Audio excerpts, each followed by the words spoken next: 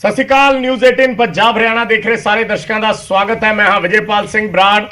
7 ਮਹੀਨੇ ਹੋ ਚੁੱਕੇ ਨੇ ਪੂਰੇ ਪੰਜਾਬ 'ਚ ਨਵੀਂ ਬਣੀ ਸਰਕਾਰ ਨੂੰ, ਆਮ ਆਦਮੀ ਪਾਰਟੀ ਦੀ ਸਰਕਾਰ ਨੂੰ, ਭਗਵੰਤ ਮਾਨ ਸਰਕਾਰ ਨੂੰ। ਔਰ ਇਹਨਾਂ 7 ਮਹੀਨਿਆਂ ਦੇ ਵਿੱਚ ਸਰਕਾਰ ਖੜੀ ਕਿੱਥੇ ਹੈ? ਸਰਕਾਰ ਦਾ ਮਾਲੀਆ ਕੀ ਕਹਿੰਦਾ ਹੈ? ਸਰਕਾਰ ਦੀ ਆਰਥਿਕਤਾ ਕੀ ਕਹਿੰਦੀ ਹੈ? ਸਰਕਾਰ ਦਾ ਖਜ਼ਾਨਾ ਕੀ ਕਹਿੰਦਾ ਹੈ? ਕਿਉਂਕਿ ਆਮ ਤੌਰ ਤੇ ਪਿਛਲੇ ਸਮੇਂ ਦੇ ਵਿੱਚ ਗੱਲਾਂ ਬਾਤਾਂ ਬਹੁਤ ਹੁੰਦੀਆਂ ਰਹੀਆਂ ਨੇ ਕਿ ਖਜ਼ਾਨਾ ਖਾਲੀ ਹੈ, ਔਰ ਹੁਣ ਉਹ ਖਜ਼ਾਨੇ ਦੀ ਸਥਿਤੀ ਕੀ ਹੈ। ਸੋ ਇਸ ਬਾਰੇ ਗੱਲਬਾਤ ਕਰਨ ਲਈ ਸਾਡੇ ਨਾਲ ਖਜ਼ਾਨਾ ਮੰਤਰੀ ਹਰਪਾਲ ਚੀਮਾ ਸਾਹਿਬ, ਬਹੁਤ ਬਹੁਤ ਸਵਾਗਤ ਹੈ। ਚੀਮਾ ਸਾਹਿਬ ਸਟੂਡੀਓ ਦੇ ਵਿੱਚ ਸ਼ੁਕਰੀਆ, ਥੈਂਕ ਯੂ। ਕਦੇ-ਕਦੇ ਸਬਬ ਬਣਦਾ ਹੈ ਗੱਲਬਾਤ ਕਰਨ ਦਾ, ਔਰ ਮੈਨੂੰ ਲੱਗਦਾ ਵੀ ਉਹਦੇ ਚ ਕਾਫੀ ਚੀਜ਼ਾਂ ਜਿਹੜੀਆਂ ਨੇ ਉਹ ਪਬਲਿਕ ਦੇ ਸਾਹਮਣੇ ਰੱਖਣੀਆਂ ਜ਼ਰੂਰੀ ਹੋ ਜਾਂਦੀਆਂ।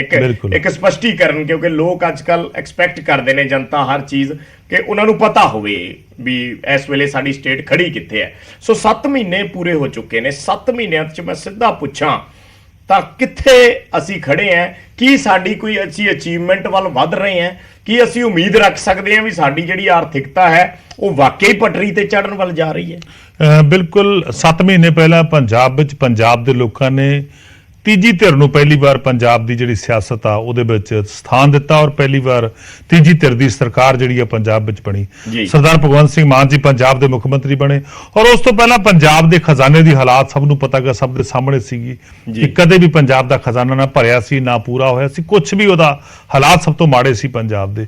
ਕਰਜ਼ਾ ਦਰ ਕਰਜ਼ਾ ਲਗਾਤਾਰ ਪੰਜਾਬ ਤੇ ਵੱਧ ਰਿਹਾ ਸੀਗਾ, ਔਰ ਪੌਣੇ 3 ਲੱਖ ਕਰੋੜ ਤੋਂ ਉੱਪਰ ਦਾ ਕਰਜ਼ਾ ਉਸ ਸਮੇਂ ਤੱਕ ਪੰਜਾਬ ਵਿੱਚ ਹੋ ਚੁੱਕਿਆ ਸੀਗਾ, ਔਰ 55,000 ਕਰੋੜ ਦਾ ਕਰਜ਼ਾ ਜਿਹੜੀਆਂ ਸਾਡੀਆਂ ਦੂਜੀਆਂ ਸਾਡੀਆਂ ਕਾਰਪੋਰੇਸ਼ਨਸ ਨੇ ਗੀਆਂ ਉਹਨਾਂ ਨੇ ਲੈ ਰੱਖਿਆ ਸੀਗਾ। ਸੋ ਮੈਂ ਸਮਝਦਾ ਪੰਜਾਬ ਦਾ ਕਰਜ਼ੇ ਨਾਲ ਬਾਲ-ਬਾਲ ਇਸ ਸਮੇਂ ਬਿੰਨਿਆ ਹੋਇਆਗਾ। ਪੰਜਾਬ ਦੀ ਜਿਹੜੀ ਆਰਥਿਕਤਾ ਗਈ ਉਹ ਪਟੜੀ ਤੋਂ ਲੈ ਚੁੱਕੀ ਸੀ 2022 ਦੀ ਇਲੈਕਸ਼ਨ ਤੋਂ ਪਹਿਲਾਂ, ਔਰ ਉਸ ਤੋਂ ਬਾਅਦ ਸਰਕਾਰ ਬਣਨ ਤੋਂ ਬਾਅਦ ਪੰਜਾਬ ਦੇ ਲੋਕਾਂ ਨੇ ਨਵੀਂ ਜਿਹੜੀ ਆਸ ਦੀ ਕਿਰਨ ਜਾਗੀ ਸੀ, ਉਹਦੇ ਉੱਤੇ ਸਰਕਾਰ ਲਗਾਤਾਰ ਆਪਣਾ ਪਹਿਰਾ ਦੇ ਰਹੀ ਆ। ਲਗਾਤਾਰ ਰੈਵਨਿਊ ਜਿਹੜੇ ਸਾਧਨ ਨੇਗੇ ਉਹ ਹੋਰ ਮਜ਼ਬੂਤ ਕੀਤੇ ਜਾ ਰਹੇ ਨੇਗੇ। ਪੈਸਾ ਕਿੱਥੋਂ ਆਉਣਾਗਾ ਉਹਦੇ ਲਈ ਪ੍ਰਬੰਧ ਕੀਤੇ ਜਾ ਰਹੇ ਨੇਗੇ। ਖਾਸ ਕਰਕੇ ਜੇ ਮੈਂ ਗੱਲ ਕਰਾਂ GST ਦੀ, ਜਿਹੜੀ GST ਰਜੀਮ ਆ ਉਹ 2017 ਚ ਇੰਟਰੋਡਿਊਸ ਹੁੰਦੀ ਹੈ ਦੇਸ਼ ਦੇ ਵਿੱਚ। ਜੂਨ 2017 ਦੇ ਵਿੱਚ ਉਹ ਇੰਟਰੋਡਿਊਸ ਹੁੰਦੀ ਆ, ਔਰ ਜੂਨ 2022 ਤੱਕ ਉਹਦਾ ਕੰਪਨਸੇਸ਼ਨ ਦਾ ਪੀਰੀਅਡ ਆ 5 ਸਾਲ।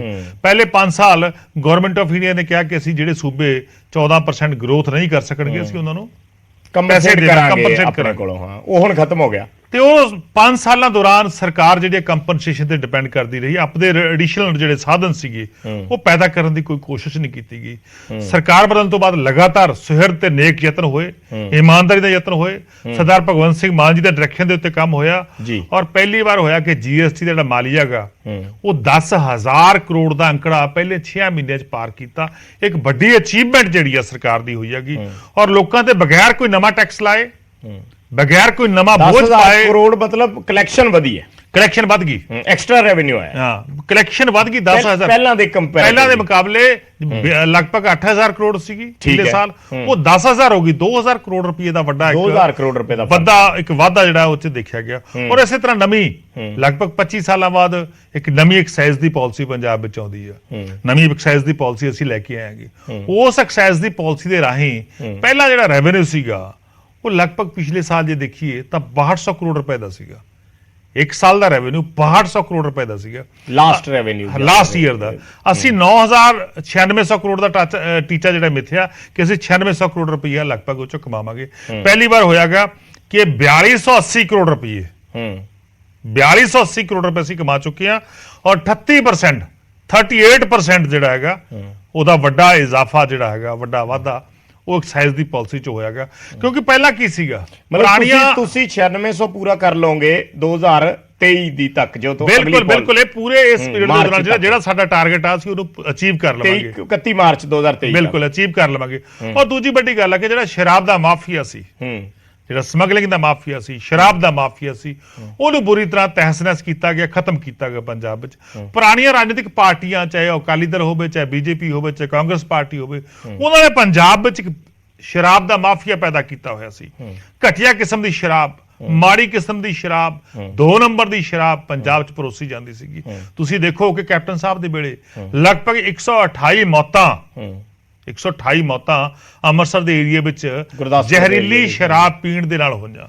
ਇਹ ਬਹੁਤ ਵੱਡਾ ਲਾਸ, ਹਿਊਮਨ ਲਾਸ ਜਿਹੜਾ ਹੋਇਆ ਪੰਜਾਬ ਨੂੰ ਹੋਇਆ। 128 ਮੈਂ ਇਹਦੇ ਨਾਲ ਹੀ ਜੋੜ ਰਿਹਾ, ਤੁਸੀਂ ਜ਼ਿਕਰ ਕਰ ਰਹੇ ਹੋ ਵੀ ਅਸੀਂ ਸ਼ਰਾਬ ਮਾਫੀਆ ਬੰਦ ਕਰਤਾ, ਦੂਜੇ ਸੂਬਿਆਂ ਤੋਂ ਸ਼ਰਾਬ ਆਉਂਦੀ ਸੀ। ਚਲੋ ਇੱਕ ਵਾਰੀ ਇਹਨਾਂ ਨੂੰ ਬਿਆਨਾਂ ਦੇ ਜਾਂ ਦਾਅਵਿਆਂ ਦੇ ਤੌਰ ਤੇ ਤਾਂ ਦੇਖਿਆ ਜਾਂਦਾ ਹੈ, ਕੋਈ ਤੁਹਾਡੇ ਕੋਲੇ ਦੱਸਣ ਨੂੰ ਕੋਈ ਪ੍ਰੂਫ ਹੈ ਕਿ ਵਾਕਿਆ ਹੀ ਘੱਟ ਹੋਇਆ? ਕਿਵੇਂ ਪਤਾ ਲੱਗੂਗਾ? ਦੇਖੋ, ਮੈਂ ਜਿਹੜੀ ਗੱਲ ਕਰ ਰਿਹਾ ਕਿ ਜਿਹੜਾ ਸ਼ਰਾਬ ਦਾ ਮਾਫੀਆ ਕੀ ਸੀਗਾ, ਕਿ ਦੂਜੇ ਸੂਬਿਆਂ ਦੀ ਸ਼ਰਾਬ ਜਿਹੜੀ ਸੀਗੀ ਜਾਂ ਦੂਜੇ ਸੂਬਿਆਂ ਦੀ ਐਕਸਾਈਜ਼ ਦੀ ਪਾਲਿਸੀ ਦੇ ਰਾਹੀਂ ਇੰਨੇ ਉਹ ਚ ਲੂਸ ਪੋਲ ਰੱਖੇ ਜਾਂਦੇ ਸੀ ਕਿ ਆ ਕੇ ਉਹ ਸਾਡੇ ਸੂਬੇ ਚ ਵਿਕਦੀ ਸੀਗੀ। ਠੀਕ ਹੈ। ਔਰ ਪਹਿਲੀ ਵਾਰ ਆ ਮੈਂ ਤੁਹਾਨੂੰ ਦੱਸ ਸਕਦਾ ਕਿ ਚੰਡੀਗੜ੍ਹ ਦੀ ਸਾਡੀ ਜਿਹੜੀ ਰਾਜਧਾਨੀ ਆ, ਸਾਡੀ ਕੈਪੀਟਲ ਆ ਪੰਜਾਬ ਦੀ, ਅਲੱਗ ਪਾਲਿਸੀ ਬਣਦੀ ਆ ਪੰਜਾਬ ਤੋਂ, ਔਰ ਉਹਦੇ ਵਿੱਚ 50% ਡਿਕਲਾਈਨ ਆਏਗਾ। ਚੰਡੀਗੜ੍ਹ ਦੀ ਸ਼ਰਾਬ ਪਾਲਿਸੀ, ਯੈਸ, ਉਹਦੀ ਸੇਲ ਚ 50% ਡਿਕਲਾਈਨ ਆਏਗਾ। ਇਹਦਾ ਮਤਲਬ ਕੀ ਸੀਗਾ ਕਿ ਉਹ ਪੰਜਾਬ ਜਾ ਕੇ ਨਹੀਂ, ਇਹ ਸਿਰਫ ਦਾਵਾ ਨੇ ਜਾਂ ਤੁਹਾਡੇ ਕੋਲੇ ਫਿਗਰ? ਬਿਲਕੁਲ, ਸਾਡੇ ਕੋਲ ਫਿਗਰ ਨੇ ਗਿਆ। ਕੰਜ਼ੰਪਸ਼ਨ ਜਿਹੜੀ ਆ ਪਰ ਕੈਪੀਟਾ ਉਹ ਡਾਊਨ ਆਈ ਹੈ। ਇਹ ਤਾਂ ਹੈ ਨਹੀਂ ਕਿ ਕੱਲ ਬੰਦਾ ਇੱਕ ਸ਼ਰਾਬ ਦੀ ਬੋਤਲ ਪੀਂਦਾ ਸੀ, ਅੱਜ ਪਊਏ ਤੇ ਆ ਗਿਆ। ਇਹ ਤਾਂ ਹੈ ਨਹੀਂ ਕਿ ਉਹ ਘਟਾ ਗਿਆ। ਇਹਦਾ ਮਤਲਬ ਕੀ ਹੋਇਆ ਕਿ ਜੇ 50% ਡਿਕਲਾਈਨ ਆ ਜੇ ਤਾਂ ਇੱਥੋਂ ਜਿਹੜੀ ਗੈਰ ਕਾਨੂੰਨੀ ਸਮਗਲਿੰਗ ਜਾ ਕੇ ਪੰਜਾਬ 'ਚ ਹੁੰਦੀ ਸੀ, ਉਹ ਉਹਦੇ ਤੇ ਨੱਥ ਪਈ ਹੈਗੀ। ਹਜੇ ਤਾਂ ਹੋਰ ਕੰਮ ਕਰ ਰਹੇ ਹਾਂ ਅਸੀਂ, ਤਾਂ ਹਜੇ ਤਾਂ ਕੰਮ ਸਟਾਰਟ ਹੋਇਆਗਾ। ਹਜੇ ਤਾਂ 3 ਮਹੀਨੇ ਹੋਏ ਨੇ ਪਾਲਿਸੀ ਬਣਨ ਨੂੰ, ਹਜੇ ਤਾਂ ਕੰਮ ਸਟਾਰਟ ਹੋਇਆਗਾ।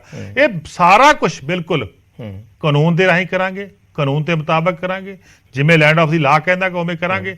ਬਿਲਕੁਲ ਇਹ ਸਾਰੇ ਨੂੰ ਚੁਸਤ ਦੁਰਸਤ ਬਣਾਵਾਂਗੇ। ਇੱਕ ਵੀ ਪੈਸੇ ਦੀ ਜਿਹੜੀ ਹੈ ਬੇਈਮਾਨੀ ਨਹੀਂ ਹੋ ਰਹੀ, ਔਰ ਸਾਰਾ ਪੈਸਾ ਜਿਹੜਾ ਉਹ ਖਜ਼ਾਨੇ ਚ ਆ ਰਿਹਾ। ਪਾਲਿਸੀ ਤੇ ਚੀਬਾ ਸਾਹਿਬ ਸਵਾਲ ਬਹੁਤ ਉੱਠ ਰਹੇ ਆ, ਵਿਰੋਧੀ ਧਿਰਾਂ ਨੇ ਸਵਾਲ ਚੱਕੇ ਆ ਵੀ ਇਹ ਗਲਤ ਤਰੀਕੇ ਨਾਲ ਦਿੱਤੀ ਗਈ ਹੈ, ਦਿੱਲੀ ਦੇ ਨਾਲ ਕੰਪੇਅਰ ਹੋਇਆ ਹੈ, ਬਹੁਤ ਸਾਰੀਆਂ ਚੀਜ਼ਾਂ ਇਸ ਦੇ ਵਿੱਚ ਪ੍ਰੈਸ ਕਾਨਫਰੰਸਾਂ ਤੱਕ ਹੋਈਆਂ ਵੀ ਤੁਸੀਂ ਇਹ ਜਿਹੜੀ ਹੈਗੀ ਹੈ ਇਹ ਇਸ ਦੀ ਮੋਨੋਪੋਲੀ ਕਰਤੀ, ਇਸ ਤੇ ਇੱਕ ਬੰਦੇ ਨੂੰ ਦੇਤੀ, ਔਰ ਦਿੱਲੀ ਦੇ ਵਿੱਚ ਤੇ ਹੁਣ ਮਨੀਸ਼ ਸਿਸੋਦੀਆ ਹੋਰਾਂ ਨੂੰ CBI ਤੱਕ ਨੇ ਵੀ ਤਲਬ ਕਰ ਲਿਆ। ਦੇਖੋ, ਦਿੱਲੀ ਦੇ ਵਿੱਚ ਜਿਹੜੀ ਪਾਲਿਸੀ ਸੀ ਉਹ ਪੂਰੀ ਤਰ੍ਹਾਂ ਲਾਗੂ ਨਹੀਂ ਹੋ ਸਕੀ, ਦਿੱਲੀ 'ਚ ਲਾਗੂ ਨਹੀਂ ਹੋ ਸਕੀ। ਦਿੱਲੀ ਦੇ ਵਿੱਚ ਉੱਥੇ ਦੇ ਜਿਹੜੇ ਮਾਨਯੋਗ LG ਸਾਹਿਬ ਨੇਗੇ, ਉਹਨਾਂ ਨੇ ਕਾਫੀ ਸਾਰੀਆਂ ਪ੍ਰੋਬਲਮ ਕ੍ਰੀਏਟ ਕੀਤੀਆਂ, ਔਰ ਉਸ ਤੋਂ ਬਾਅਦ ਦਿੱਲੀ ਦੀ ਪੁਲਿਸ ਦਿੱਲੀ ਸਰਕਾਰ ਕੋਲੇ ਹੈ ਨਹੀਂ। ਬਹੁਤ ਸਾਰਾ ਢਾਂਚਾ ਜਿਹੜਾ ਹੈਗਾ ਦਿੱਲੀ ਸਰਕਾਰ ਦਾ, ਉਹ ਕੇਂਦਰ ਸਰਕਾਰ ਨਾਲ ਜੁੜਿਆ ਹੋਇਆ ਹੈਗਾ। ਪੰਜਾਬ ਇੰਡੀਪੈਂਡੈਂਟ ਸਟੇਟ ਆ, ਪੰਜਾਬ ਕੋਲੇ ਆਪਣੀਆਂ ਫੋਰਸਸ ਨੇਗੀਆਂ, ਆਪਦਾ ਢਾਂਚਾ ਗਾ, ਆਪਦਾ ਐਕਸਾਈਜ਼ ਦਾ ਡਿਪਾਰਟਮੈਂਟ ਆ, ਆਪਦਾ ਸਾਰਾ ਕੁਛ ਆ। ਸੋ ਪੰਜਾਬ ਵਿੱਚ ਅਸੀਂ 100% ਇਮਾਨਦਾਰੀ ਦਾ ਜਿਹੜਾ ਹੈਗਾ ਨਵੀਂ ਪਾਲਿਸੀ ਲਾਗੂ ਕੀਤੀ। ਦਿੱਲੀ ਦੇ ਵਿੱਚ ਮੈਂ ਸਮਝਦਾ ਉਹ 'ਚ ਰੁਕਾਵਟ ਪਾਈ ਗਈ, ਵਿਘਨ ਪਾਇਆ ਗਿਆ। ਜੇਕਰ ਉਹ ਦਿੱਲੀ 'ਚ ਪਾਲਿਸੀ ਲਾਗੂ ਰਹਿੰਦੀ ਤਾਂ ਦਿੱਲੀ ਦਾ ਰੈਵਨਿਊ ਵਧਣਾ ਸੀਗਾ। ਔਰ ਦੂਜੇ ਪਾਸੇ ਰਹੀ ਗੱਲ ਸਰ ਮਨੀਸ਼ ਜੀ ਬਿਲਕੁਲ ਦੇਸ਼ ਦੇ ਉਹ ਮਿਨਿਸਟਰ ਨੇ ਜਿਹੜੇ ਬਿਲਕੁਲ 100% ਇਮਾਨਦਾਰ ਨੇ, ਕੱਟੜੇ ਇਮਾਨਦਾਰ ਨੇ, ਇਮਾਨਦਾਰੀ ਨਾਲ ਕੰਮ ਕਰਦੇ ਨੇਗੇ।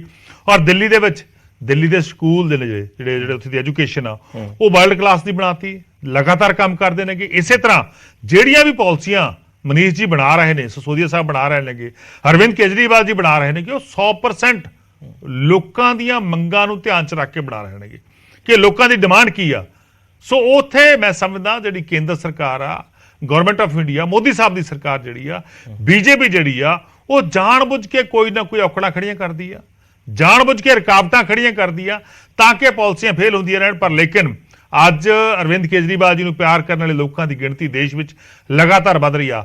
ਇੱਕ ਆਮ ਆਦਮੀ ਪਾਰਟੀ ਹੈ ਜਿਹਦੀ ਸਭ ਤੋਂ ਛੋਟੀ ਉਮਰ ਆ ਔਰ ਤੇਜ਼ੀ ਦੇ ਨਾਲ ਦੇਸ਼ ਦੇ ਰਾਜਨੀਤਿਕ ਸੀਨ ਤੇ ਜਾ ਰਹੇ ਆ। ਪਹਿਲੀ ਪਾਰਟੀ ਹੈ ਜਿਹੜੀ ਗੁਜਰਾਤ ਦੇ ਵਿੱਚ BJP ਨੂੰ ਟੱਕਰ ਦੇ। ਪਰ ਇਹੀ ਚੀਜ਼ਾਂ ਪੰਜਾਬ 'ਚ ਤੁਹਾਡੀ ਰੂਲਿੰਗ ਦੇ ਸੰਦਰਭ ਦੇ ਵਿੱਚ ਕਹੀਆਂ ਜਾ ਰਹੀਆਂ। ਤੁਸੀਂ ਕਹਿ ਰਹੇ ਹੋ ਦਿੱਲੀ 'ਚ ਸਾਡੇ ਨਾਲ ਵੰਡੇਟਾ ਹੋ ਰਿਹਾ, ਪੰਜਾਬ 'ਚ ਤੁਹਾਡੇ ਵਿਰੋਧੀ ਪਾਰਟੀਆਂ ਜਿਨ੍ਹਾਂ ਦੇ ਵੀ ਮਿਨਿਸਟਰ ਸੁੰਦਰ ਸ਼ਾਮ ਅਰੋੜਾ ਅਰੈਸਟ ਹੋਏ ਨੇ ਜਾਂ ਉਸ ਤੋਂ ਪਹਿਲਾਂ ਹੋਰ ਕਈ ਅਰੈਸਟ ਹੋਏ, ਉਹ ਕਹਿ ਰਹੇ ਨੇ ਕਿ ਸਾਡੇ ਨਾਲ ਪੋਲੀਟੀਕਲ ਵੰਡੇਟਾ ਕੀਤਾ ਜਾ ਰਿਹਾ।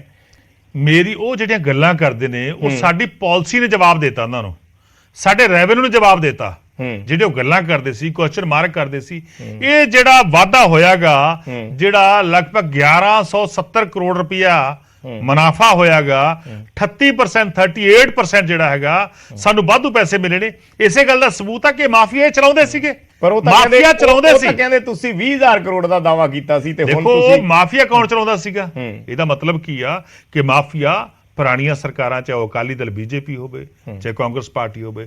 ਮੈਂ ਪਹਿਲਾਂ ਅੰਕੜੇ ਜਾਰੀ ਕੀਤੇ ਸੀਗੇ ਕਿ ਲਗਭਗ ਪੰਜਾਬ ਵਿੱਚ ਜੇ ਦੇਖਿਆ ਜਾਵੇ ਤਾਂ ਪਿਛਲੇ 15 ਸਾਲ ਦਾ ਮੈਂ ਲੈ ਕੇ ਆਇਆਗਾ ਕਿ 15 ਸਾਲਾਂ 'ਚ ਆਪਾਂ 7% ਗਰੋਥ ਮੰਨ ਲਈਏ ਕਿ ਹਰੇਕ ਸਾਲ 7% ਗਰੋਥ ਹੁੰਦੀ ਹੈਗੀ ਰੈਵਨਿਊ 'ਚ, ਜਿਵੇਂ ਆਮ ਤੌਰ ਤੇ ਹੁੰਦਾ ਹੈਗਾ। ਉਸ ਹਿਸਾਬ ਨਾਲ ਐਕਸਾਈਜ਼ ਦੀ ਪਾਲਿਸੀ 'ਚ 15 ਸਾਲਾਂ ਦੌਰਾਨ 22,000 ਕਰੋੜ ਰੁਪਇਆ ਖਾਧਾ ਗਿਆ। 22,000 ਕਰੋੜ ਰੁਪਇਆ ਜਿਹੜਾ ਸ਼ਰਾਬ ਮਾਫੀਆ ਦੀ ਭੇਟ ਚੜਿਆ ਪੰਜਾਬ ਦਾ, ਉਹ ਪੈਸਾ ਖਜ਼ਾਨਾ ਜਾਣਾ ਚਾਹੀਦਾ ਸੀਗਾ। ਸੋ ਸਾਰੀਆਂ ਗੱਲਾਂ ਜਿਹੜੀਆਂ ਬੋਲਦੇ ਨੇ ਜਿਹੜੇ ਲੋਕ ਨਾ, ਇਹ ਸਾਡੀ ਪਾਲਿਸੀ ਜਿਹੜੇ ਅੰਕੜੇ ਨੇਗੇ, ਸਾਡਾ ਰੈਵਨਿਊ ਜਿਹੜਾ ਇਕੱਠਾ ਹੋਇਆਗਾ, ਜਿਹੜਾ ਪੈਸਾ ਇਕੱਠਾ ਹੋਇਆ, ਇਸ ਗੱਲ ਦਾ ਸਬੂਤ ਆ, ਇਹ ਜਵਾਬ ਆ, ਕਰਾਰਾ ਜਵਾਬ ਹੈ ਇਹਨਾਂ ਲੋਕਾਂ ਤੁਹਾਡਾ ਦਾ। ਜਿਹੜਾ 7 ਮਹੀਨਿਆਂ ਦਾ ਐਕਸਪੀਰੀਅੰਸ ਹੈ ਉਹਦੇ ਮੁਤਾਬਕ 20,000 ਕਰੋੜ ਦੀ ਗੁੰਜਾਇਸ਼ ਹੈ ਜੋ ਦਾਵਾ ਕੀਤਾ ਗਿਆ ਸੀ ਤੁਹਾਡੀ ਪਾਰਟੀ ਵੱਲੋਂ, ਜੋ ਅਸੈਸਮੈਂਟ ਕੀਤੀ ਗਈ ਸੀ ਇਲੈਕਸ਼ਨ ਸ਼ਰਾਬ ਦੇ ਮਾਮਲੇ 'ਚ, ਸ਼ਰਾਬ ਦੇ ਮਾਮਲੇ 'ਚ ਔਰ ਦੇਖੋ, ਮਾਈਨਿੰਗ ਦੇ ਮਾਮਲੇ 'ਚ, ਦੋਨਾਂ 'ਚ। ਐਕਸਾਈਜ਼ ਦੇ ਮਾਮਲੇ ਦੇ ਵਿੱਚ ਪਹਿਲੀ ਵਾਰ ਹੋਇਆਗਾ ਕਿ ਅਸੀਂ ਲਗਭਗ 56% ਦਾ ਵਾਧਾ ਰਿਕਾਰਡ ਕਰਨ ਜਾ ਰਹੇ ਹਾਂ, ਔਰ ਮੈਂ ਜੇ ਉਹਨੂੰ ਨਾ ਵੀ 100% ਲਾਈਏ ਤਾਂ 50% ਦਾ ਵਾਧਾ ਇਸ ਵਾਰ ਹੋਊਗਾ, 50% ਦਾ ਹੋਊਗਾ। ਔਰ ਜਿਉਂ-ਜਿਉਂ ਸਾਡੀ ਕੰਜ਼ੰਪਸ਼ਨ ਜਿਹੜੀ ਆ ਵੱਧਦੀ ਜਾਊਗੀ, ਜਾਂ ਆਪਣਾ ਕੀ ਨਾਮ ਪਾਲਿਸੀ ਦੇ ਵਿੱਚ ਜਿਹੜੀਆਂ ਮਾੜੇ ਮੋਟੇ ਕਿਤੇ ਗਲਤੀ ਹੋਊਗੀ ਠੀਕ ਹੁੰਦੀ ਜਾਊਗੀ, ਤਾਂ ਆਉਣ ਵਾਲੇ ਸਮੇਂ ਦੇ ਵਿੱਚ ਮੈਂ ਸਮਝਦਾ ਰੈਵਨਿਊ ਬਹੁਤ ਵਧੂਗਾ। ਪਰ ਪਹਿਲੀ ਵਾਰ ਹੋਈ ਹੈ ਕਿ 25 ਸਾਲਾਂ ਬਾਅਦ ਪਾਲਿਸੀ ਜਿਹੜੀ ਆ ਉਹ 100% ਲੋਕਾਂ ਦੀ ਮੰਗ ਨੂੰ, ਰੈਵਨਿਊ ਧਿਆਨ ਚ ਰੱਖ ਕੇ ਬਣਾਈ ਜਾਏਗੀ, ਔਰ ਇੱਕ ਸਕਸੈਸਫੁਲ ਪਾਲਿਸੀ ਆ, ਔਰ ਜਿਹੜੀ ਮੈਂ ਸਮਝਦਾ ਦੇਸ਼ ਦੇ ਦੂਜੇ ਸੂਬੇ ਵੀ ਉਹਨੂੰ ਫੋਲੋ ਕਰਨਗੇ ਅਗਲੀ ਵਾਰ। ਔਰ ਇਸ ਤੋਂ ਇਲਾਵਾ ਜਿਹੜੇ ਅਦਰ ਰੈਵਨਿਊ ਸੋਰਸਿਸ ਨੇ, ਚਾਹੇ ਜਿਹੜਾ ਰੈਵਨਿਊ ਡਿਪਾਰਟਮੈਂਟ ਦੇ ਥਰੂ ਤੁਹਾਡੇ ਕੋਲੇ ਜਿੰਨਾ ਵੀ ਆਉਂਦਾ, ਜਿੰਨੀਆਂ ਰਜਿਸਟਰੀਆਂ ਹੁੰਦੀਆਂ ਸੂਬੇ 'ਚ, ਸੇਲ ਪਰਚੇਜ਼ ਦੇ ਕੰਮ ਹੁੰਦੇ ਆ, ਜਾਂ GST ਕਲੈਕਸ਼ਨ ਹੁੰਦੀ ਹੈ, ਉਹਦੇ 'ਚ ਕਿੰਨਾ ਕੁ ਫਰਕ ਪਿਆ ਫਿਗਰ ਜਿਹੜੀ ਹੈਗੀ? ਦੇਖੋ ਉਹਨਾਂ 'ਚ GST ਦੀ ਮੈਂ ਗੱਲ ਕਰਾਂ, ਪਹਿਲਾਂ ਦੱਸਿਆ ਕਿ 2000 ਕਰੋੜ ਦਾ ਵਾਧਾ 6 ਮਹੀਨੇ ਚ ਹੋ ਗਿਆ, ਔਰ ਇਸੇ ਤਰ੍ਹਾਂ ਸਟੈਂਪ ਡਿਊਟੀ ਹੋ ਗਈ, ਦੂਜੇ ਟੈਕਸਸ ਹੋ ਗਏ, ਜਿੰਨੇ ਸਾਰਿਆਂ ਦੇ ਵਿੱਚ ਜਿਹੜਾ ਮੈਂ ਬਜਟ ਟਾਰਗੇਟ ਕੀਤਾ ਸੀ ਨਾ ਜੀ, ਕਿ ਬਜਟ ਦੇ ਵਿੱਚ 25%, 30%, 15%, ਉਹ ਸਾਰੇ ਆਪਣੇ ਟਾਰਗੇਟ ਅਚੀਵ ਕਰ ਰਹੇ ਨੇ। ਪਹਿਲੀ ਵਾਰ ਹੋ ਰਿਹਾ ਹੈਗਾ ਕਿ ਅਸੀਂ ਟੀਚੇ ਮਿੱਥੇ ਗਏ ਕਿ ਆਪਾਂ ਇੰਨੇ ਪੈਸੇ ਚ ਵਧਾਉਣੇ ਨੇ, ਇੰਨੇ ਪੈਸੇ ਚ ਵਧਾਉਣੇ ਨੇ, ਨਵਾਂ ਕੋਈ ਟੈਕਸ ਨਹੀਂ ਲਾਇਆ, ਠੀਕ ਹੈ, ਨਵਾਂ ਇੱਕ ਵੀ ਟੈਕਸ ਨਹੀਂ ਲਾਇਆ ਹੈਗਾ, ਬਗੈਰ ਕੋਈ ਟੈਕਸ ਲਾਏ ਕਲੈਕਸ਼ਨ ਜਿਹੜੀ ਉਹ ਵੱਧ ਰਹੀ ਆ। ਸੋ ਸੂਬੇ ਦੇ ਲਈ ਸ਼ੁਭ ਸੰਕੇਤ ਨੇਗੇ, ਕਿ ਔਰ ਮੈਂ ਸਮਝਦਾ ਨੇਕ ਨੀਤੀ ਤੇ ਇਮਾਨਦਾਰ ਨਾਲ ਸਰਕਾਰ ਜਿਹੜੀ ਕੰਮ ਕਰ ਰਹੀ ਆ, ਉਹਦਾ ਲੋਕ ਜਿਹੜਾ ਸਾਥ ਦੇ ਰਹੇ ਨੇਗੇ, ਔਰ ਰੈਵਨਿਊ ਵੱਧ ਰਿਹਾ। ਜਦੋਂ ਰੈਵਨਿਊ ਵੱਧ ਰਿਹਾ ਤਾਂ ਡੈਫੀਨਿਟਲੀ ਹੈ ਕਿ ਪੰਜਾਬ ਸੂਬਾ ਤਰੱਕੀ ਦੀ ਰਾਹ ਤੇ ਹੈਗਾ, ਔਰ ਮੈਨੂੰ ਪੂਰਨ ਆਸਾ ਕਿ ਅਸੀਂ 50 ਸਾਲਾਂ ਦੇ ਵਿੱਚ ਪੰਜਾਬ ਦੇ ਖਜ਼ਾਨੇ ਨੂੰ ਤੰਦਰੁਸਤ ਕਰ ਲਵਾਂਗੇ। ਕਿਉਂਕਿ ਜਦੋਂ ਆਮ ਤੌਰ ਤੇ ਚੀਮਾ ਸਾਹਿਬ, ਹੁਣ ਤੁਸੀਂ ਟੀਵੀ ਤੇ ਤੁਹਾਨੂੰ ਲੱਖਾਂ ਲੋਕ ਸੁਣ ਰਹੇ ਨੇ ਪੰਜਾਬ ਦੇ, ਜਦੋਂ ਉਹਨਾਂ ਕੋਲੇ ਇਹ ਗੱਲਾਂ ਜਾਂਦੀਆਂ ਨੇ ਵੀ ਸਾਡਾ ਇੰਨਾ ਰੈਵਨਿਊ ਵੱਧ ਗਿਆ, ਇੰਨਾ ਰੈਵਨਿਊ ਵੱਧ ਗਿਆ, ਤਾਂ ਉਹਨਾਂ ਦੀਆਂ ਆਟੋਮੈਟਿਕਲੀ ਐਕਸਪੈਕਟੇਸ਼ਨ ਵੱਧ ਜਾਂਦੀਆਂ, ਤੁਹਾਡੇ ਤੋਂ ਉਮੀਦਾਂ ਵੱਧ ਜਾਂਦੀਆਂ, ਫਿਰ ਤੁਹਾਡੇ ਕੀਤੇ ਵਾਅਦੇ ਸਾਹਮਣੇ ਆ ਜਾਂਦੇ ਆ। ਬਹੁਤ ਸਾਰੇ EMPLOYEES ਇਹ ਸ਼ਿਕਾਇਤ ਕਰਦੇ ਨੇ ਕਿ ਸਾਨੂੰ ਤਨਖਾਹਾਂ ਲੇਟ ਹੋ ਗਈਆਂ, ਉਹ ਕੀ ਚੱਕਰ ਹੈ ਫਿਰ, ਕਿਉਂ ਲੇਟ? ਦੇਖੋ, ਥੋੜੇ ਦਿਨ ਪਹਿਲਾਂ ਖਬਰ ਲੱਗੀ ਇੱਕ ਕਿ MLA ਨੂੰ ਤਨਖਾਹ ਨਹੀਂ ਮਿਲੀ, ਉਹ ਬਿਲਕੁਲ ਬੇਬੁਨਿਆਦ ਖਬਰ ਸੀ। ਸਿਰਫ 4 ਸਾਡੇ ਜਿਹੜੇ ਮੈਂਬਰ ਸਾਹਿਬਾਨ ਸੀ, ਉਹਨਾਂ ਨੇ ਆਪਣੇ ਬਿੱਲ ਦਸਤਖਤ ਨਹੀਂ ਕੀਤੇ ਸੀਗੇ, ਬਿੱਲਾਂ ਤੇ ਦਸਤਖਤ ਨਾ ਕਰਨ ਕਰਕੇ ਉਹਨਾਂ 4 ਦੀ ਤਨਖਾਹ ਜਿਹੜੀ ਰੁਕੀ ਸੀ। ਨਹੀਂ, ਮੈਂ MLA 100% ਮੈਂ ਜਿਹੜੀ ਮੇਰੀ ਗੱਲ ਕਰਦਾ ਗਵਰਨਮੈਂਟ EMPLOYEES ਦੀ, ਮੈਂ ਗਵਰਨਮੈਂਟ ਦੇ EMPLOYEES ਦੀ ਗੱਲ ਕਰਦਾ, ਸਾਰਿਆਂ ਨੂੰ ਮੈਂ ਸਮਝਦਾ ਹਰੇਕ ਸਮੇਂ ਸਿਰ ਤਨਖਾਹ ਮਿਲ ਰਹੀ ਆ। ਕਿਸੇ ਨਾ ਕਿਸੇ ਦੀ ਕੋਈ ਬਿੱਲ ਦੀ ਕੋਈ ਪ੍ਰੋਬਲਮ ਆ ਜਾਂਦੀ, ਉਹਦੇ ਕਰਕੇ ਕਿਸੇ ਦੀ ਪ੍ਰੋਬਲਮ ਹੋਊਗੀ, ਪਰ ਲੇਕਿਨ ਮੇਰੇ ਵੱਲੋਂ ਖਜ਼ਾਨੇ 'ਚ 100% ਸਹੀ ਤਰੀਕੇ ਨਾਲ ਜਿਹੜੀ ਆ ਤਨਖਾਹ ਉਹ ਰਿਲੀਜ਼ ਕੀਤੀ ਜਾਂਦੀ ਹੈ, ਸੈਲਰੀ ਰਿਲੀਜ਼ ਕੀਤੀ ਜਾਂਦੀ ਹੈ, ਕਿਸੇ ਕਿਸਮ ਦੀ ਕੋਈ ਵੀ ਰੁਕਾਵਟ ਨਹੀਂ ਹੈਗੀ। ਸਾਰੀਆਂ ਤਨਖਾਹਾਂ, ਪੈਨਸ਼ਨਸ, ਜਿੰਨੀਆਂ ਸੈਲਰੀਜ਼ ਨੇ, ਸਾਰੀਆਂ ਟਾਈਮ ਸਿਰ ਜਾ ਰਹੀਆਂ ਨੇਗੀਆਂ, ਔਰ ਆਉਣ ਵਾਲੇ ਸਮੇਂ 'ਚ ਮੈਂ ਸਮਝਦਾ ਹੋਰ ਵੀ ਬਿਹਤਰ ਹੋਣ। ਤੁਸੀਂ 3.25 ਲੱਖ ਕਰੋੜ ਦੇ ਕਰਜ਼ੇ ਦੀ ਗੱਲ ਕੀਤੀ, ਇਸ ਵੇਲੇ ਵੀ ਵਿਰੋਧੀ ਗੱਲਾਂ ਕਰਦੇ ਨੇ, ਜਾਂ ਜੋ ਆਮ ਤੌਰ ਤੇ ਸਰਕਾਰ ਨੂੰ ਚਲਾਉਣ ਦਾ ਇੱਕ ਪ੍ਰੋਸੈਸ ਹੁੰਦਾ, ਤੁਸੀਂ ਜ਼ਿਆਦਾ ਚੰਗੀ ਤਰ੍ਹਾਂ ਉਸ ਨੂੰ ਡਿਫਾਈਨ ਕਰ ਸਕਦੇ ਹੋਵੋਗੇ, ਕਰਜ਼ਾ ਸਰਕਾਰ ਹੁਣ ਵੀ ਲੈ ਰਹੀ ਹੈ। ਦੇਖੋ, ਹਾਲਾਤ ਕਿਸ ਲਿਹਾਜ਼ ਨਾਲ ਦੇਖਿਆ, ਹਾਲਾਤ ਇਹ ਨੇਗੇ ਕਿ 3.25 ਲੱਖ ਕਰੋੜ ਦਾ ਕਰਜ਼ਾ ਹੈਗਾ ਪੁਰਾਣਾ, ਇਹ ਸਾਡਾ ਨਹੀਂ ਹੈਗਾ। ਇਹ ਮਾੜੀਆਂ ਨੀਤੀਆਂ ਕਿਹਦੀਆਂ ਸੀ? ਅਕਾਲੀ ਦਲ ਦੀਆਂ ਸੀ, BJP ਦੀਆਂ ਸੀ, ਕਾਂਗਰਸ ਪਾਰਟੀ ਦੀਆਂ ਸੀ। ਲਗਾਤਾਰ ਉਹਨਾਂ ਨੇ ਕੋਈ ਵੀ ਜਿਹੜੇ ਸਾਧਨ ਪੈਦਾ ਕਰਨ ਦੀ ਕੋਸ਼ਿਸ਼ ਨਹੀਂ ਕੀਤੀ, ਨਾ ਪੰਜਾਬ 'ਚ ਇੰਡਸਟਰੀ ਆਈ। ਦੇਖੋ, ਪੰਜਾਬ 'ਚ ਇੰਡਸਟਰੀ ਤੋਂ ਬਿਨਾਂ ਪੰਜਾਬ ਸੂਬਾ ਤਰੱਕੀ ਨਹੀਂ ਕਰ ਸਕਦਾ। ਅਸੀਂ ਇਕੱਲਾ ਖੇਤੀਬਾੜੀ ਤੇ ਨਿਰਭਰ ਕਰਕੇ ਜਿਹੜਾ ਹੈਗਾ ਅੱਗੇ ਨਹੀਂ ਵੱਧ ਸਕਦੇ, ਸਾਨੂੰ ਨਾਲ ਪੰਜਾਬ ਵਿੱਚ ਇੰਡਸਟਰੀ ਲੈ ਕੇ ਆਉਣੀ ਪੈਣੀ ਹੈ। ਇੰਡਸਟਰੀ ਦੀ ਗਰੋਥ ਤੋਂ ਬਿਨਾਂ ਸੂਬਾ ਸਾਡਾ ਤਰੱਕੀ ਵੱਲ ਨਹੀਂ ਵਧਣਾ ਹੈਗਾ। ਸੋ ਪਹਿਲੀ ਵਾਰ ਹੋ ਰਿਹਾ ਕਿ ਲੋਕ ਇੰਡਸਟਰੀ ਦੇ ਵਿੱਚ ਇੰਟਰਸਟ ਰੱਖ ਰਹੇ ਨੇਗੇ। ਲੋਕ ਪੰਜਾਬ 'ਚ ਜਿਹੜਾ ਹੈਗਾ ਵੱਡੇ ਇੰਡਸਟਰੀਲਿਸਟ ਜਾਂ ਛੋਟੇ ਇੰਡਸਟਰੀਲਿਸਟ, ਉਹ ਪੰਜਾਬ 'ਚ ਪੈਸਾ ਲਾਉਣਾ ਚਾਹੁੰਦੇ ਨੇ, ਕਿ ਉਹ ਆ ਰਹੇ ਨੇਗੇ, ਕਿਉਂਕਿ ਇੱਕ ਪਹਿਲੀ ਵਾਰ ਹੋਇਆਗਾ ਕਿ ਇਮਾਨਦਾਰ ਸਰਕਾਰ ਕੰਮ ਕਰ ਰਹੀ ਹੈਗੀ। ਜਿਹੜੀ ਕਰਪਸ਼ਨ ਸੀ, ਜਿਹੜਾ ਭ੍ਰਿਸ਼ਟਾਚਾਰ ਸੀ, ਜਿਹੜਾ ਹਿੱਸਾ ਪਾਉਣ ਵਾਲੀ ਗੱਲ ਸੀ ਕਿ ਲਿਆਓ, ਜੇ ਤੁਸੀਂ ਇੰਡਸਟਰੀ ਲਾ ਰਹੇ ਹੋ ਕੀ ਦਿਓਗੇ ਸਾਨੂੰ, ਉਹ ਸਾਰਾ ਕੁਝ ਤਹਿਸ-ਨਹਿਸ ਹੋਇਆਗਾ। ਇਮਾਨਦਾਰੀ ਦੀ ਜਿਹੜੀ ਨੀਤੀ ਸਾਹਮਣੇ ਆਈ ਹੈਗੀ। ਸੋ ਮੈਂ ਸਮਝਦਾ ਜਦੋਂ ਇੰਡਸਟਰੀ ਆ ਰਹੀ ਹੈ ਤਾਂ ਪੰਜਾਬ ਦੀ ਗਰੋਥ ਹੋਣੀ ਸੁਭਾਵਕ ਆ ਗਈ। ਔਰ ਦੂਜਾ ਰਿਹਾ ਗੱਲ ਕਿ ਕਰਜ਼ੇ ਵਾਲੀ ਗੱਲ, ਜਿਉਂ-ਜਿਉਂ ਅਸੀਂ ਅੱਗੇ ਵਧ ਰਹੇ ਹਾਂ, ਕਰਜ਼ੇ ਤੋਂ ਬਿਨਾਂ ਜਿਹੜਾ ਹੈਗਾ ਪੋਜੀਸ਼ਨ ਸਾਰੇ ਦੇਸ਼ ਵਿੱਚ ਜਿੰਨੇ ਸੂਬੇ ਨੇ ਸਾਰੇ ਕਰਜ਼ਾ ਲੈ ਰਹੇ ਨੇਗੇ।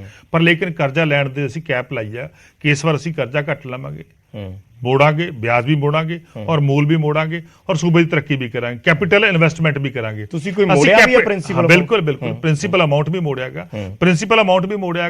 ਔਰ ਪ੍ਰਿੰਸੀਪਲ ਅਮਾਉਂਟ ਦੇ ਨਾਲ ਅਸੀਂ ਜਿਹੜਾ ਹੈਗਾ ਆਪਣਾ ਉਹਦਾ ਇੰਟਰਸਟ ਵੀ ਮੋੜਿਆ ਗਿਆ, ਇੰਟਰਸਟ ਵੀ ਮੋੜਿਆ, ਪ੍ਰਿੰਸੀਪਲ ਅਮਾਉਂਟ ਵੀ ਮੋੜਿਆ। ਕੁਛ ਨਾ ਲੌਂਗ ਟਰਮ ਇਨਵੈਸਟਮੈਂਟ ਨੇਗੀਆਂ ਜਿਹੜੀਆਂ ਵਰਲਡ ਬੈਂਕ ਕਰਵਾਉਂਦਾਗਾ ਜਾਂ ਵੱਡੀਆਂ ਇੰਸਟੀਟਿਊਸ਼ਨ ਕਰਵਾਉਂਦੀਆਂ ਨੇ ਕਿ ਤੁਸੀਂ ਐਜੂਕੇਸ਼ਨ ਦੇ ਖੇਤਰ ਦੇ ਵਿੱਚ, ਤੁਸੀਂ ਪੀਣ ਵਾਲੇ ਪਾਣੀ ਦੇ ਖੇਤਰ ਦੇ ਵਿੱਚ, ਤੁਸੀਂ ਸਿਹਤ ਸੇਵਾਵਾਂ ਦੇ ਵਿੱਚ ਇਹਨਾਂ ਚੀਜ਼ਾਂ ਦੇ ਇਨਵੈਸਟ ਕਰੋ, ਅਸੀਂ ਤੁਹਾਨੂੰ ਇੰਟਰਸਟ ਫਰੀ ਜਾਂ 15 ਸਾਲ ਦਾ ਜਾਂ 20 ਸਾਲ ਦਾ ਜਾਂ 25 ਸਾਲ ਦਾ ਜਿਹੜਾ ਹੈਗਾ ਅਸੀਂ ਡੈਟ ਫਰੀ ਲੋਨ ਜਾਂ ਜਿਹੜਾ ਹੈਗਾ ਘੱਟ ਰੇਟ ਦਰਾਂ ਦੇ ਉੱਤੇ ਅਸੀਂ ਲੋਨ ਦਿੰਦੇ ਹੈਗੇ। ਸੋ ਚ ਇਨਵੈਸਟ ਕਰਨਾ ਮੈਂ ਸਮਝਦਾ ਹਰੇਕ ਸੂਬੇ ਕਰ ਰਹੇ ਨੇ ਔਰ ਪੰਜਾਬ ਵੀ ਕਰ ਰਿਹਾ। ਤੁਸੀਂ ਇਨਵੈਸਟਮੈਂਟ ਦੀ ਗੱਲ ਕੀਤੀ ਚੀਮਾ ਸਾਹਿਬ ਕਿ ਅਸੀਂ ਸੁਖਾਵਾਂ ਮਾਹੌਲ ਦੇਵਾਂਗੇ, ਪਰ 7 ਮਹੀਨੇ ਤੁਹਾਡੀ ਸਰਕਾਰ ਨੂੰ ਹੋਏ ਹੈ, ਮੈਨੂੰ ਨਹੀਂ ਲੱਗਦਾ ਕਿ 7 ਮਹੀਨਿਆਂ 'ਚ ਪੰਜਾਬ 'ਚੋਂ ਧਰਨੇ ਪ੍ਰਦਰਸ਼ਨ ਖਤਮ ਹੋਏ ਹੋਣਗੇ। ਉਹ ਕਿਹੜੀ ਸੜਕ ਹੈ ਜਿਹੜੀ ਬਲੌਕ ਨਹੀਂ ਹੁੰਦੀ, ਜਿੱਥੇ ਜਾਂਦੇ ਹੋ ਕਿਸਾਨਾਂ ਦੇ, ਕਿਸੇ ਇੱਕ ਵਰਗ ਦੀ ਮੈਂ ਗੱਲ ਨਹੀਂ ਕਰਦਾ, ਕਿਸਾਨਾਂ ਦੇ, ਟੀਚਰਾਂ ਦੇ, ਹੋਰ ਮਹਿਕਮੇ ਦੇ ਜਿਹੜੇ ਮੁਲਾਜ਼ਮ ਨੇ ਉਹਨਾਂ ਦੇ, ਜੇ ਆਪਾਂ ਇਹਨਾਂ ਹੀ ਮਸਲਿਆਂ ਨੂੰ ਹੱਲ ਨਹੀਂ ਕਰ ਪਾਏ ਤਾਂ ਗਰੋਥ ਵੱਲ ਫਿਰ ਕਿਵੇਂ ਜਾਵਾਂਗੇ? ਦੇਖੋ, ਪਹਿਲੀ ਗੱਲ ਆ ਕਿ ਪਹਿਲੀ ਸਰਕਾਰ ਆ, ਪਹਿਲੀ ਸਰਕਾਰ ਬਿਆਨ ਸੀ ਸੀਐਮ ਸਾਹਿਬ ਦੇ ਵੀ ਸਾਡੀ ਸਰਕਾਰ 'ਚ ਕਿਸੇ ਦਾ ਧਰਨਾ ਨਹੀਂ ਲੱਗੂਗਾ। ਮੈਂ ਉੱਥੇ ਦੱਸ ਰਿਹਾ, ਪਹਿਲੀ ਸਰਕਾਰ ਹੋ ਗਏ ਧਰਨੇ ਖਤਮ ਹੀ ਨਹੀਂ ਹੋਏ। ਕਿਸਾਨਾਂ ਦਾ, ਕਿਸਾਨ ਭਰਾਵਾਂ ਦਾ 1 ਵੀ ਰੁਪਇਆ ਗੰਨੇ ਦਾ ਸਰਕਾਰ ਵੱਲ ਬਕਾਇਆ ਨਹੀਂ। 1 ਰੁਪਇਆ ਸਰਕਾਰ ਵੱਲ ਕਿਸੇ ਵੀ ਕਿਸਾਨ ਦਾ 1 ਰੁਪਇਆ ਵੀ ਗੰਨੇ ਦਾ ਬਕਾਇਆ ਨਹੀਂ ਹੈਗਾ। ਤੇ ਦੂਜੇ ਪਾਸੇ ਬਹੁਤ ਸਾਰੀਆਂ ਮੰਗਾਂ ਲਗਾਤਾਰ ਮਾਨਯੋਗ ਮੁੱਖ ਮੰਤਰੀ ਸਾਹਿਬ ਨੇ 5-6 ਘੰਟੇ ਮੀਟਿੰਗ ਕੀਤੀ ਆ, ਸਾਰੀਆਂ ਮੰਗਾਂ ਜਿਹੜੀਆਂ ਮੈਂ ਦੱਸ ਰਿਹਾ ਜਾਇਜ਼ ਸੀ ਉਹ ਪ੍ਰਵਾਨ ਕੀਤੀਆਂ ਗਈਆਂ। ਮੰਗਾਂ ਪ੍ਰਵਾਨ ਕਰ ਲਈਆਂ, ਸਮਾਂ ਲੱਗਦਾ ਪੂਰੀਆਂ ਹੋਣ ਨੂੰ, ਸਮਾਂ ਤਾਂ ਦੇਣਾ ਚਾਹੀਦਾਗਾ। ਔਰ ਮੈਂ ਸਮਝਦਾਗਾ ਇਹ ਸਾਰੀ ਕੋਈ ਵੀ ਗੱਲਬਾਤ ਜਿਹੜੀ ਆ ਉਹ ਬੈਠ ਕੇ ਹੁੰਦੀ ਹੈਗੀ। ਔਰ ਦੂਜੇ ਪਾਸੇ ਪਹਿਲੀ ਵਾਰ ਆ ਕਿ ਲਗਭਗ ਅਸੀਂ 8500 ਦੇ ਕਰੀਬ ਜਿਹੜਾ ਅਧਿਆਪਕਾਂ ਨੂੰ ਪੱਕੇ ਕੀਤਾਗਾ। 8700 ਸਮਥਿੰਗ ਜਿਹੜਾ ਹੈਗਾ ਉਹ ਅਧਿਆਪਕ ਪੱਕੇ ਹੋਏ ਨੇਗੇ। ਔਰ 6 ਮਹੀਨੇ ਧਰਨੇ ਲਾਈ ਜਾਂਦੇ, ਬਾਕੀ ਅਸੀਂ ਕਰ ਰਹੇ ਹਾਂਗੇ। ਸਮਾਂ ਚਾਹੀਦਾ, ਦੇਖੋ ਹਰ ਚੀਜ਼ ਲਈ ਸਮਾਂ ਚਾਹੀਦਾ, ਅਸੀਂ ਸਮੇਂ ਦੇ ਨਾਲ ਕਰ ਰਹੇ ਹਾਂਗੇ। ਇਹ ਸਾਰਾ ਕੁਝ ਵਿਗਾੜਿਆ ਕਿਹਨੇ ਆ? ਜਿਹੜੇ ਅੱਜ ਰਾਜਨੀਤੀ ਕਰ ਰਹੇ ਨੇਗੇ। ਵਿਗਾੜਿਆ ਉਹਨਾਂ ਲੋਕਾਂ ਨੇ ਆ, ਅਕਾਲੀਆਂ ਨੇ ਵਿਗਾੜਿਆ, ਕਾਂਗਰਸ ਨੇ ਵਿਗਾੜਿਆ, ਬੀਜੇਪੀ ਨੇ ਵਿਗਾੜਿਆ। ਅੱਜ ਉਹ ਧਰਨੇ ਲਾ ਰਹੇ ਨੇਗੇ। ਅਸੀਂ ਸਾਰਾ ਕੁਝ 100% ਠੀਕ ਕਰਨ ਦਾ ਯਤਨ ਕਰ ਰਹੇ ਹਾਂਗੇ ਔਰ ਹੋਊਗਾ, ਸਾਨੂੰ ਪੂਰਨ ਆਸ ਆ। ਸਰਦਾਰ ਭਗਵੰਤ ਸਿੰਘ ਮਾਨ ਜੀ ਦਿਨ ਰਾਤ ਮਿਹਨਤ ਕਰ ਰਹੇ ਨੇਗੇ। ਹਰ ਇੱਕ ਮਾਮਲੇ ਤੇ ਹਰ ਇੱਕ ਜਿਹੜੀ ਐਸੋਸੀਏਸ਼ਨ ਅਸੀਂ ਬੁਲਾ ਕੇ ਗੱਲ ਕਰਦੇ ਆਂਗੇ, ਇਮਾਨਦਾਰੀ ਨਾਲ ਗੱਲ ਕਰਦੇ ਆਂਗੇ। ਸੋ ਅਸੀਂ ਹਰ ਪਾਸੇ ਵੱਲ ਬੜੇ ਅੱਛੇ ਤਰੀਕੇ ਨਾਲ ਵਧ ਰਹੇ ਹਾਂਗੇ ਔਰ ਹਰੇ ਮਸਲੇ ਦਾ ਹੱਲ ਕਰ ਰਹੇ ਹਾਂ। ਸੋ ਮੇਰੀ ਸਭ ਨੂੰ ਬੇਨਤੀ ਵੀ ਆ ਤੁਹਾਡੇ ਜਰੀਏ ਕਿ ਸਾਰੇ ਜਣੇ, ਕੋਈ ਧਰਨਾ ਜਿਹੜਾ ਹੈਗਾ ਉਹ ਮਸਲੇ ਦਾ ਹੱਲ ਨਹੀਂ ਹੈ। ਆਓ ਬੈਠ ਕੇ ਆਪਾਂ ਗੱਲ ਕਰਕੇ ਬਹੁਤ ਸਾਰੇ ਮਸਲੇ ਹੱਲ ਕਰ ਲਏ ਸੀ ਨੇ, ਜਿਹੜੇ ਰਹਿ ਗਏ ਉਹ ਵੀ ਕਰ ਦਿਆਂਗੇ। ਸੋ ਸਮਾਂ ਦੇਣਾ ਚਾਹੀਦਾ ਔਰ ਮੈਂ ਸਮਝਦਾ ਲੋਕਾਂ ਨੂੰ ਜਿਹੜਾ ਪੇਸ਼ੈਂਸ ਰੱਖਣੀ ਚਾਹੀਦੀ ਹੈ। ਕਿਉਂਕਿ ਗੱਲ ਪਰੇਸ਼ਾਨੀ ਦੀ ਆ ਜਾਂਦੀ ਹੈ ਜੀ, ਜਿਹੜੇ ਧਰਨਾ ਲਾਉਂਦੇ ਨੇ ਉਹ ਤੇ ਪਰੇਸ਼ਾਨ ਹੈ ਹੀ, ਪਰ ਜਿਹੜੇ ਉਹਨਾਂ ਧਰਨਿਆਂ ਕਰਕੇ ਫਸ ਜਾਂਦੇ ਨੇ ਉਹ ਵੀ ਪਰੇਸ਼ਾਨ ਨੇ। ਫਿਰ ਦੋਨੇ ਪਾਸੇ ਹੋ ਜਾਂਦੀ ਹੈ ਔਰ ਫਿਰ ਜਿਹੜਾ ਫਸਿਆ ਖੜਾ ਉਹ ਵੀ ਇਹ ਸੋਚਦਾ ਵੀ ਸਰਕਾਰ ਕੋਈ ਹੱਲ ਨਹੀਂ ਕਰ ਰਹੀ, ਤੇ ਜਿਹਨੇ ਧਰਨਾ ਲਾਇਆ ਉਹ ਵੀ ਸੋਚਦਾ ਵੀ ਸਰਕਾਰ ਕੋਈ ਹੱਲ ਨਹੀਂ ਕਰ ਰਹੀ। ਨਾ ਉਹ ਆਪਸ 'ਚ ਕਿਸੇ ਨੂੰ ਕਹਿ ਸਕਦੇ ਆ ਇੱਕ ਦੂਜੇ ਨੂੰ। ਐਸੀ ਸਥਿਤੀ ਬਣੀ ਪਈ ਹੈ ਕਿ ਅਸੀਂ ਧਰਨਾ ਮੁਕਤ ਇੱਕ ਐਟਮੋਸਫੀਅਰ ਦੇਖ ਸਕਦੇ ਹਾਂ। ਬਿਲਕੁਲ ਬਿਲਕੁਲ, ਬਹੁਤ ਜਲਦੀ ਆਪਸ 'ਚ ਕੋਈ ਡਿਸਕਸ਼ਨ ਹੁੰਦੀ ਹੈ ਕਿ ਜਿਹੜਾ ਪੰਜਾਬ ਜਿਹੜਾ ਧਰਨਾ ਮੁਕਤ ਹੋਊਗਾ। ਅਸੀਂ ਸਾਰੀਆਂ ਕਿਸਾਨਾਂ ਦੀਆਂ ਮੰਗਾਂ ਤੇ ਬੜਾ ਅੱਛੇ ਤਰੀਕੇ ਨਾਲ ਵਿਚਾਰ ਕੀਤਾਗਾ ਮਾਨਯੋਗ ਸੀਐਮ ਸਾਹਿਬ ਨੇ, ਔਰ ਬਹੁਤ ਸਾਰੀਆਂ ਮੰਗਾਂ ਮੌਕੇ ਤੇ ਜਦੋਂ ਮੀਟਿੰਗ ਹੋਈ ਸੀ ਉਦੋਂ ਮੰਗ ਲਈਆਂ, ਜਿਹੜੀਆਂ ਪ੍ਰਵਾਨ ਕਰ ਲਈਆਂ ਸੀਗੀਆਂ। ਔਰ ਇਸੇ ਤਰ੍ਹਾਂ ਅਧਿਆਪਕਾਂ ਦੀਆਂ, ਜਿਹੜੇ ਮੁਲਾਜ਼ਮ ਨੇ ਉਹਨਾਂ ਦੀਆਂ। ਸੋ ਮੈਂ ਸਮਝਦਾ ਸਭ ਨੂੰ ਸਮਾਂ ਦੇਣਾ ਚਾਹੀਦਾ। ਔਰ ਇਹ ਅੱਗੇ ਕੀ ਹੁੰਦਾ ਸੀਗਾ ਕਿ ਸਾਰੇ ਨਾ ਵੇਟ ਕਰਦੇ ਹੁੰਦੇ ਸੀ, ਪਹਿਲੀ ਵਾਰ ਹੋਇਆ ਕਿ ਵੇਟ ਨਹੀਂ ਕਰ ਰਹੇ। ਲੋਕਾਂ ਦੀ ਐਕਸਪੈਕਟੇਸ਼ਨ ਬਹੁਤ ਹਾਈ ਨੇਗੀਆਂ, ਲੋਕਾਂ ਦੀ ਐਕਸਪੈਕਟੇਸ਼ਨ ਬਹੁਤ ਹਾਈ ਨੇਗੀਆਂ, ਕਿਉਂਕਿ ਲੋਕਾਂ ਨੂੰ ਆਇਆ ਕਿ ਅਸੀਂ ਵੱਡੀ ਪੱਧਰ ਤੇ ਵੋਟਾਂ ਪਾ ਦੇਣ, ਸਾਡਾ ਜਲਦੀ ਮਸਲੇ ਹੱਲ ਹੋਣ। ਪਰ ਲੇਕਿਨ ਸਾਰੇ ਮਾਮਲੇ ਜਿਹੜੇ ਵਿਗੜੇ ਨੇ ਪਿਛਲੇ 25 ਸਾਲਾਂ 'ਚ ਵਿਗੜੇ ਨੇ। ਮਾਮਲਿਆਂ ਨੂੰ ਵਿਗਾੜਨ ਦੇ 25-30 ਸਾਲ ਦਾ ਸਮਾਂ ਲੱਗ ਗਿਆ। ਜਿਹੜਾ ਉਹਨਾਂ ਨੇ ਲਾਇਆ 25-30 ਸਾਲ 'ਚ ਵਿਗਾੜਿਆ ਪੰਜਾਬ ਨੂੰ, ਉਹਨੂੰ ਠੀਕ ਕਰਨ ਲਈ ਥੋੜਾ ਸਮਾਂ ਚਾਹੀਦਾ। ਸੋ ਅਸੀਂ ਬਿਲਕੁਲ ਸਹੀ ਟਰੈਕ ਤੇ ਆ ਔਰ ਸਹੀ ਤਰੀਕੇ ਨਾਲ ਕੰਮ ਕਰ ਰਹੇ ਹਾਂ। ਤੁਸੀਂ ਇਮਾਨਦਾਰੀ ਨਾਲ ਦੱਸਿਓ ਵੀ ਜਦੋਂ ਤੁਸੀਂ ਆਪੋਜੀਸ਼ਨ ਲੀਡਰ ਸੀਗੇ ਉਦੋਂ ਤੁਸੀਂ ਜਦੋਂ ਕਦੇ ਪ੍ਰੈਸ ਕਾਨਫਰੰਸ ਕਰਦੇ ਸੀ ਜਾਂ ਚੀਜ਼ਾਂ ਨੂੰ ਕਹਿੰਦੇ ਸੀ ਵੀ ਇਹ ਐਂ ਕਿਉਂ ਨਹੀਂ ਹੁੰਦੀ, ਹੁਣ ਤੁਸੀਂ ਸਰਕਾਰ 'ਚ ਬੈਠੇ ਹੋ, ਹੁਣ ਤੁਹਾਡੇ ਸਾਹਮਣੇ ਅਸਲ ਤਸਵੀਰ ਹੈ। ਸੋ ਹੁਣ ਤੁਹਾਨੂੰ ਲੱਗਦਾ ਵੀ ਨਹੀਂ ਉਸ ਵੇਲੇ ਅਸੀਂ ਥੋੜਾ ਜਿਹਾ ਵੱਖਰਾ ਸੋਚਦੇ ਸੀ, ਸਥਿਤੀ ਕੁਝ ਹੋਰ ਹੈ, ਇਹ ਰਿਅਲਾਈਜ਼ ਹੁੰਦਾ ਹੈ?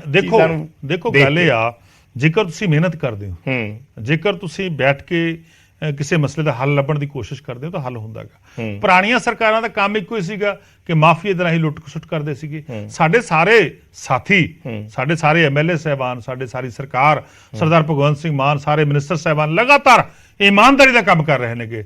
ਲਗਾਤਾਰ ਕਿਸੇ ਤੇ ਉਂਗਲ ਨਹੀਂ ਉੱਠ ਸਕਦੀ, ਲਗਾਤਾਰ ਕੰਮ ਹੋ ਰਿਹਾਗਾ। ਸੋ ਮੈਂ ਸਮਝਦਾ ਸਮਾਂ ਲੱਗਦਾਗਾ, ਪਰ ਲੇਕਿਨ ਉਹ ਤਾਂ ਕੈਪਟਨ ਸਾਹਿਬ ਤਾਂ ਮਿਲਦੇ ਨਹੀਂ ਸੀਗੇ। ਅੱਜ ਜਿੰਨੀਆਂ ਜਥੇਬੰਦੀਆਂ ਦੀ ਤੁਸੀਂ ਗੱਲ ਕਰਦੇ ਹੋ, ਇਹ ਸਾਰੀਆਂ ਜਥੇਬੰਦੀਆਂ ਨੂੰ 4.5 ਸਾਲਾਂ ਬਾਅਦ, 5 ਸਾਲਾਂ ਬਾਅਦ, 3 ਸਾਲਾਂ ਬਾਅਦ ਕਦੇ ਮੁੱਖ ਮੰਤਰੀ ਨਾਲ ਮੀਟਿੰਗ ਮਿਲਦੀ ਸੀ, ਕਦੇ ਫਾਈਨਾਂਸ ਮਿਨਿਸਟਰ ਨਾਲ ਮੀਟਿੰਗ ਮਿਲਦੀ ਸੀਗਾ। ਔਰ ਮੇਰੇ ਕੋਲ ਤਾਂ ਹਰ ਰੋਜ਼ ਬੰਦੇ ਆਉਂਦੇ ਨੇਗੇ, ਸੀਐਮ ਸਾਹਿਬ ਹਰ ਰੋਜ਼ ਮੀਟਿੰਗਾਂ ਕਰਦੇ ਨੇਗੇ। ਸੋ ਅਸੀਂ ਤਾਂ ਪਹਿਲੇ 6 ਮਹੀਨੇ 'ਚ ਪ੍ਰੋਸੈਸ ਸਟਾਰਟ ਕੀਤਾ, ਉਹ ਤਾਂ 4 ਸਾਲਾਂ ਬਾਅਦ ਵੀ ਨਹੀਂ ਕਰਦੇ ਸੀਗੇ। ਇਹ ਉਹ ਸਰਕਾਰ ਆ ਜਿਹਨੇ ਪਹਿਲੇ 6 ਮਹੀਨਿਆਂ ਦੌਰਾਨ ਲਗਭਗ 2600 ਨਵੀਆਂ ਪੋਸਟਾਂ 26,000 ਨਵੀਆਂ ਪੋਸਟਾਂ ਐਡਵਰਟਾਈਜ਼ਮੈਂਟ ਕੀਤੀਆਂ। ਪਹਿਲੀ ਸਰਕਾਰ ਆ ਜਿਹਨੇ ਪਹਿਲੇ 2 ਮਹੀਨਿਆਂ ਦੌਰਾਨ ਇੱਕ ਐਮਐਲਏ ਪੈਨਸ਼ਨ ਦਾ ਐਲਾਨ ਕੀਤਾਗਾ, ਅਸੀਂ ਕਰਕੇ ਦਿਖਾਇਆਗਾ। ਇਹ ਪਹਿਲੀ ਸਰਕਾਰ ਆ ਜਿਹਨੇ 1 ਕਰੋੜ ਰੁਪਈਆ ਜੇਕਰ ਸਾਡਾ ਸੈਨਿਕ ਸਰਹੱਦ ਤੇ ਸ਼ਹੀਦ ਹੋ ਜਾਂਦਾ ਉਹਦੀ 1 ਕਰੋੜ ਰੁਪਈਆ ਅਨਾਉਂਸ ਕੀਤਾਗਾ। ਸੋ ਇਹ ਪਹਿਲੀ ਸਰਕਾਰ ਆ ਜਿਹਨੇ ਲਗਾਤਾਰ ਪਹਿਲੇ 6 ਮਹੀਨਿਆਂ 'ਚ ਇਤਿਹਾਸਕ ਫੈਸਲੇ ਲਏ ਨੇਗੇ। ਤੁਸੀਂ ਦੱਸੋ ਕਿ ਕਰਪਸ਼ਨ ਦੇ ਅਗੇਂਸਟ, ਭ੍ਰਿਸ਼ਟਾਚਾਰ ਦੇ ਅਗੇਂਸਟ ਕਿੱਡੀ ਵੱਡੀ ਜੰਗ ਛੇੜ ਰੱਖੀ ਹੈ ਅਸੀਂ ਨੇ। ਕੋਈ ਭ੍ਰਿਸ਼ਟਾਚਾਰੀ ਨਹੀਂ ਕਰ ਰਿਹਾ, ਆਪਣੀਆਂ ਦੁਸ਼ਮਣੀਆਂ ਕੱਢ ਰਹੇ ਆ, ਸਾਡੇ ਬੰਦਿਆਂ ਨੂੰ ਧੱਕੇ ਨਾਲ ਅੰਦਰ। ਕੋਈ ਦੁਸ਼ਮਣੀ ਨਹੀਂ, ਸਾਡੀ ਕਿਹੜਾ ਪਹਿਲਾਂ ਸਰਕਾਰ ਰਹੀ ਹੈ? ਜੇ ਪਹਿਲਾਂ ਸਰਕਾਰ ਰਹੀ ਤਾਂ ਹੀ ਸਾਡੀ ਦੁਸ਼ਮਣੀ ਪੈਂਦੀ।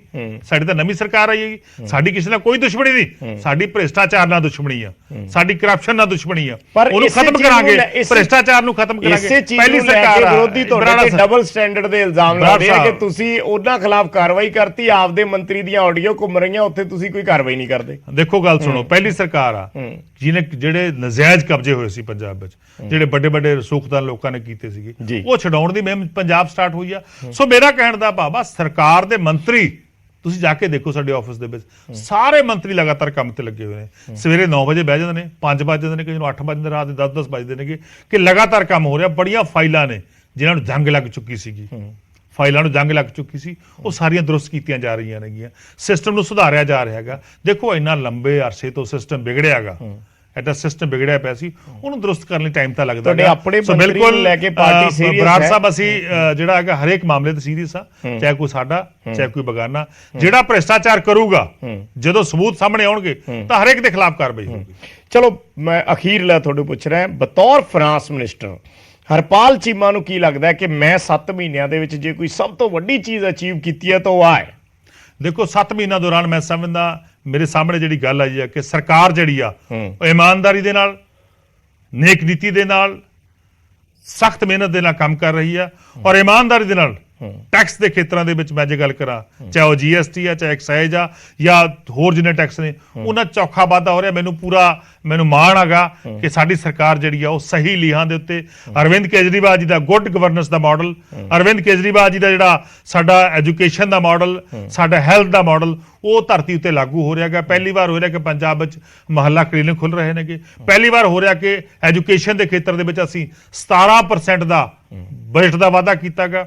47% ਸਾਡਾ ਟੈਕਨੀਕਲ ਐਜੂਕੇਸ਼ਨ 'ਚ ਹੋਇਆਗਾ, 57% ਸਾਡਾ ਮੈਡੀਕਲ ਐਜੂਕੇਸ਼ਨ ਦੇ ਵਿੱਚ ਵਾਧਾ ਹੋਇਆਗਾ। ਸੋ ਵੱਡੇ ਵਾਅਦਿਆਂ ਦੇ ਨਾਲ ਮੈਂ ਸਮਝਦਾ ਸਰਕਾਰ ਜਿਹੜੀ ਆ ਉਹ ਅੱਛੇ ਤਰੀਕੇ ਦੇ ਨਾਲ, ਸਹੀ ਡਾਇਰੈਕਸ਼ਨ ਦੇ ਵਿੱਚ, ਨੇਕ ਨੀਤੀ ਦੇ ਨਾਲ ਸਰਦਾਰ ਭਗਵੰਤ ਸਿੰਘ ਮਾਨ ਦੀ ਅਗਵਾਈ 'ਚ ਕੰਮ ਕਰ ਰਹੀ ਹੈ।